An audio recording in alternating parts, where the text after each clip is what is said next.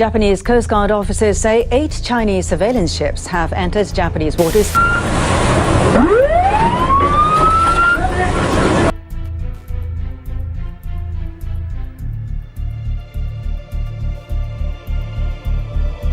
two countries worsened. Last month, Japan detained the captain of a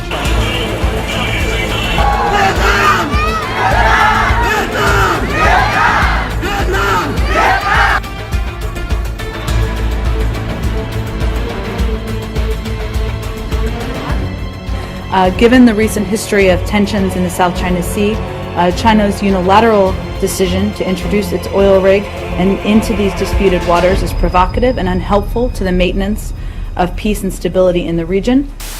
China must respect international laws. The ceaseless escalation of China's expansionist ambitions in the South China Sea is causing great turbulence and instability. This resembles nothing like the peaceful rise that Beijing often preaches to the world. China is not living up to its stature as a responsible world power. Mọi sự chịu đựng đều có giới hạn. Nếu tiếp tục đâm vào chúng tôi thì chúng tôi cũng có những cái tự vệ tương tự để đáp lại. Disputes over sovereignty and maritime rights in the South China Sea have simmered for decades, but escalating tensions, largely between China and the 5 other countries claiming rights to the passage, are sparking international concern. The waterway, which provides access to much of Asia, is also critical to the U.S. military. China Center Director Ken Lieberthal explains the issue should not be taken lightly. Well, Ken, as we know, there are 6 countries that are squabbling or have squabbled at some time over sovereignty and maritime rights in the South China Seas. What's the issue? Fundamental issue is a problem of having a lot of small islands, archipelagos, whose sovereignty is difficult to define, and the reality that there are, many believe, substantial fossil fuel resources under that region. And the fact that almost all of the natural resources for Northeast Asia have to be transported through that region. So this is an area that combines potentially substantial wealth with strategic implications that are very important for Taiwan, for Japan, for South Korea, for China, and for the U.S. military. So all of the countries have claims to the islands or sovereignty in the area in some fashion or another. How is sovereignty established in a situation like this? Occupation is part of what determines sovereignty in international law. And so there are different efforts that have been made over the years to put a lighthouse here or a temporary facility there in order to establish a presence and therefore to strengthen a claim. In addition, recently especially, China has been very active in trying to assert its own sovereign claims through aggressive actions toward even fishing vessels of other countries in the region. So, so this is a very multi-layered, multifaceted set of tensions out there. It also gets involved with, for example, providing leases for foreign oil companies to drill in some of these contested areas. So Vietnam, which has substantial contested areas with China, has wanted to invite in foreign oil companies to drill for oil and gas in some of those areas that China also claims, and China wants to warn them off.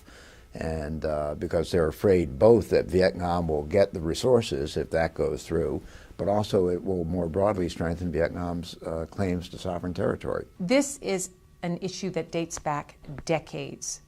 So why is there a flare-up now between China and Vietnam? Why are things so contentious at this point? There has been a deadline for countries to clarify and justify their claims. And that produced very extensive legal justifications of claims from both the Philippines and Vietnam. Interestingly, both are making very similar arguments. I don't know whether they've consulted at all on this or not, but really quite sophisticated. So that has produced part of the pushback from China, just seeing these other claims put out there, and they feel they have to respond to it. In addition, the Chinese Navy is now a much more substantial force than it was 10 years ago in terms of deployed assets and capabilities. It's no match for the U.S. Navy, But it's substantial in the region now, and clearly the trajectory is steeply upward.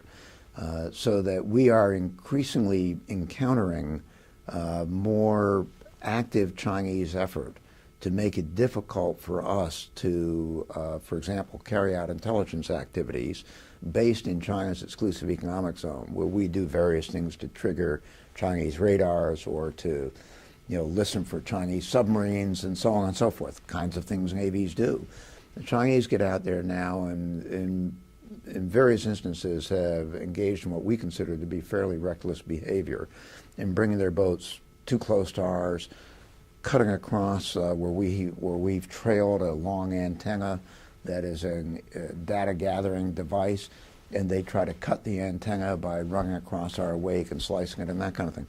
These are things that, frankly, we need to reach some agreement with the Chinese on rules of the road. How do these tensions, does this discord impact the United States' interests there? The U.S. has some major concerns out there. First of all, we always want to have peace prevail, and so having conflict on the high seas is always problematic. But more particularly, we affirm very strongly our rights to freedom of navigation in other than territorial waters. And the South China Sea is an extraordinarily important body of water for efficient moving of our Navy from our Pacific Fleet to elsewhere where it may be employed, especially in the Persian Gulf area. So this is a right we take extremely seriously. Let's put the United States' personal interests aside for the moment and talk about the United States as a negotiating arm. This situation presents quite a dicey conundrum for the U.S., doesn't it? The U.S. is now walking a fairly fine line between, on the one hand, not taking a position on issues of sovereignty, but on the other hand, strongly encouraging a multilateral negotiation where we've indicated we're happy to facilitate that negotiation, but knowing full well that that is a position supported strongly, especially by Vietnam, and opposed strongly by China. So even though we haven't taken a formal position on issues of sovereignty, we've taken a stance that suggests that we really support those who want to limit China's claims. And that inevitably is increasing tensions between the U.S. and China on this issue. I think that we need to be very careful in how we go about this. We don't want to become a captive of Vietnam's claims. We need to be mindful that while China has, as I've indicated repeatedly, been I would say on balance, a bad actor here. They've been doing a lot actually on the water, arresting people on fishing vessels from other countries and all kinds of things to assert their claims. They aren't the only ones doing some of these things. And so we do want to have a peaceful outcome. We certainly have strong interests in maintaining freedom of navigation. But we don't want to inadvertently get ourselves in a position where it looks like we're supporting what everyone else is doing and we're opposing whatever China is doing, because the realities are more complicated than that.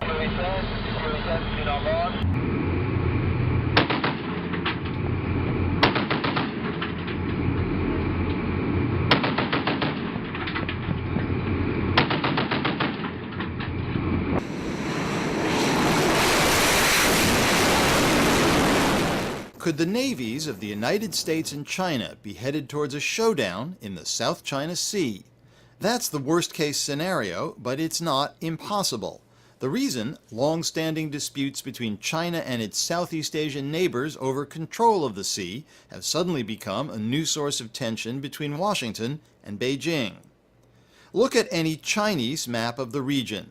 Almost all the waters of the South China Sea, nearly 1 million square miles, and believed to contain vast underwater deposits of oil and natural gas, are marked as China's maritime territory.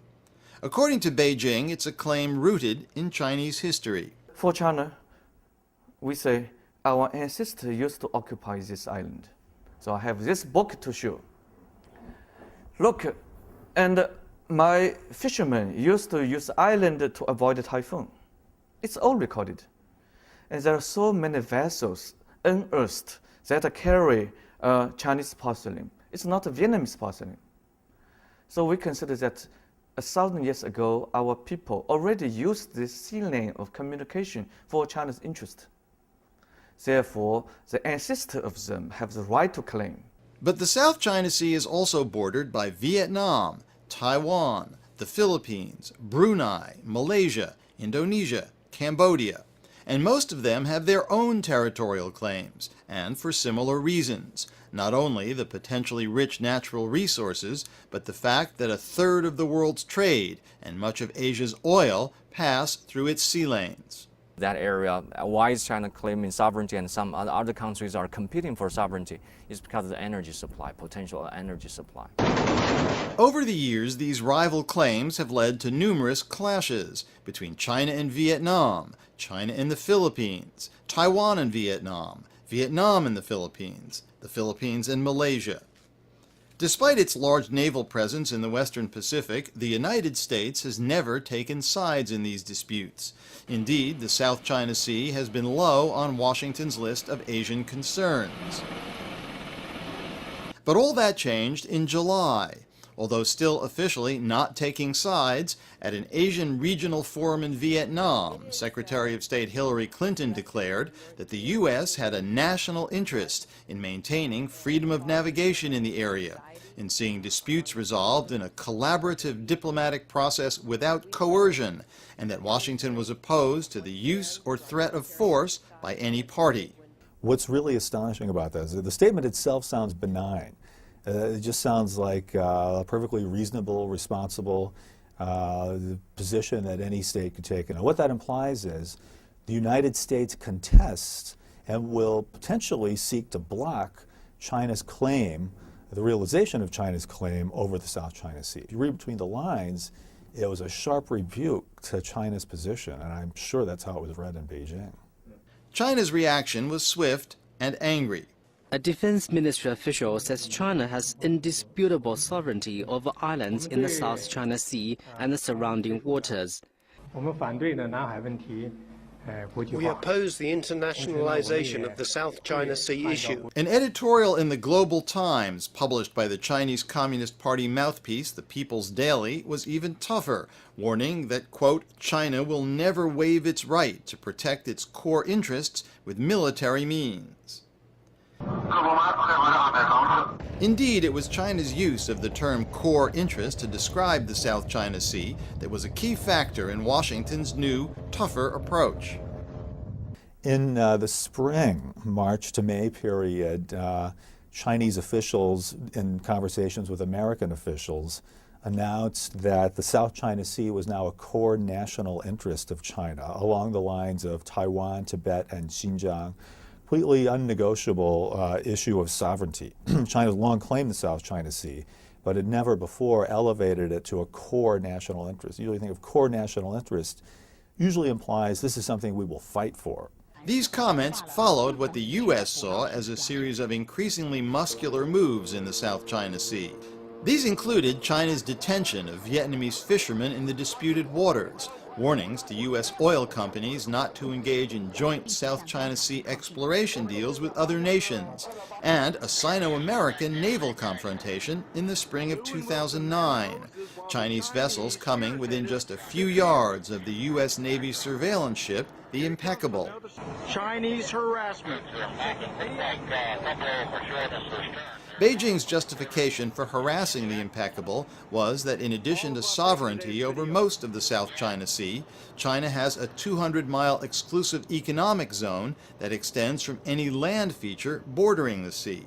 And there is a dispute about what kind of activities countries can have in their exclusive economic zone. From the Chinese point of view, military activities that are harmful to the country that claims that EEZ should not be allowed. From the U.S. point of view, the activities that can be conducted in EEZ include military activities. China's argument is that the U.S.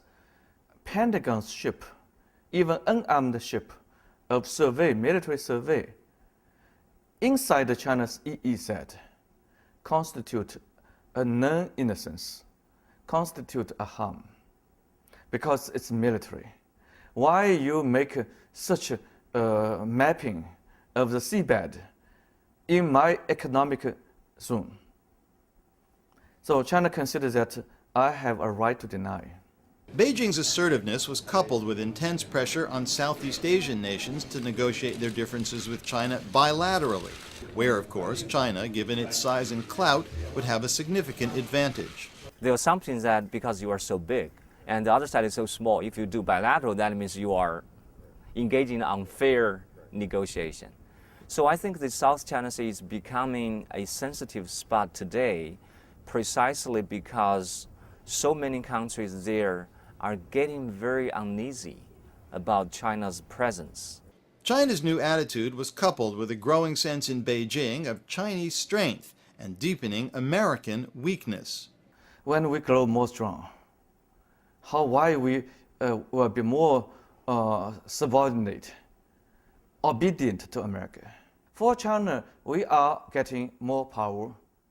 Yes, we can more assert our rights. In the aftermath of the financial crisis, there were some judgments in Beijing that the United States was weakened, distracted by Iraq and Afghanistan, and that this gave China more running room.